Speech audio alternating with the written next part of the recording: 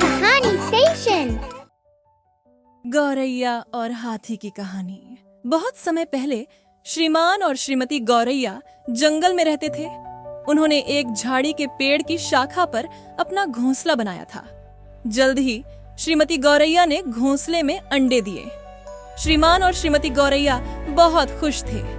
श्रीमान गौरैया अपनी पत्नी और अंडों का ख्याल रखते थे। गौरैया का जोड़ा अपने बच्चों के निकलने का बेसब्री से इंतजार कर रहा था।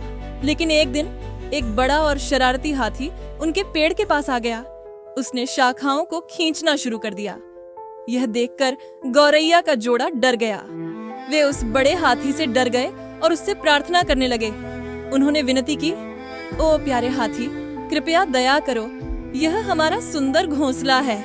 हमने इसमें अंडे दिए हैं। हम अपने बच्चों के निकलने का इंतजार कर रहे हैं। कृपया शाखाओं को मत तोड़ो, नहीं तो हमारे सुंदर सपने भी टूट जाएंगे। लेकिन उस स्वार्थी हाथी ने कुछ भी नहीं सुना। उसने उस जगह को नष्ट करना जारी रखा। आखिरकार उसने वह शाखा तोड़ दी। इससे अंडे गिर गए और एक पल में टूट गए। श्रीमान और श्रीमती गौरैया रोने लगे। यह भयावह घटना देखकर गौरैया के दोस्तों ने आकर उन्हें सांत्वना दी। कुछ दोस्त इस घटना से इतने प्रभावित हुए कि उन्होंने हाथी को सजा देने का फैसला किया। वे मास्टरमाइंड मेंढक के पास गए। मास्टरमाइंड मेंढक को जंगल का सबसे समझदार जानवर माना जाता था।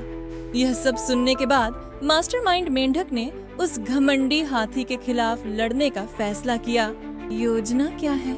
मास्टरमाइंड मेंढक ने हाथी को सजा देने के लिए एक योजना बनाई। उसने अपनी योजना में मच्छर और कठफोड़वा को शामिल किया।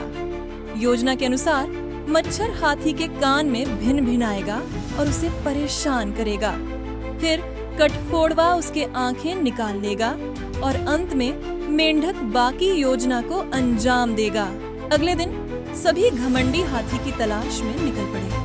कुछ देर बाद उन्हें वह आम के पेड़ के पास मिला। चलो योजना को अंजाम दें, बुद्धिमान मेंढक ने कहा। मास्टरमाइंड मेंढक के आदेश का पालन करते हुए मच्छर हाथी के पास गया और उसके कान में भिन भिनाने लगा। इससे हाथी को गुस्सा आ गया और उसने अपने शरीर पर नियंत्रण खो दिया।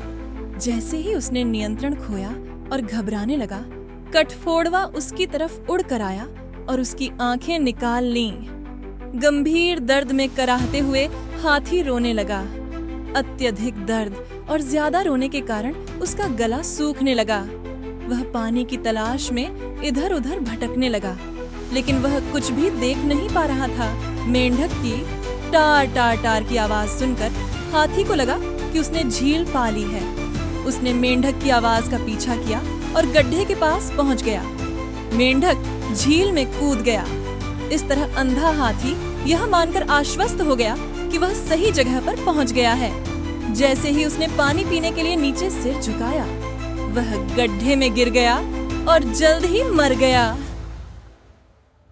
अपने दोस्तों की मदद से सभी जानवर और पक्षी अपने बुद्धिमानी का उपयोग करके बदला लेने में सफल रहे और जीत का जश्न मनाने लगे। सभी ने नाचते गाते खुशी मनाई। कहानी से शिक्षा। कहानी से हमें यह सीख मिलती है कि बुद्धि हमेशा बल से श्रेष्ठ होती है। यह हमें यह भी सिखाती है हमेशा अपने दोस्तों की मदद करनी चाहिए और उनके दुख में उन्हें अकेला नहीं छोड़ना चाहिए।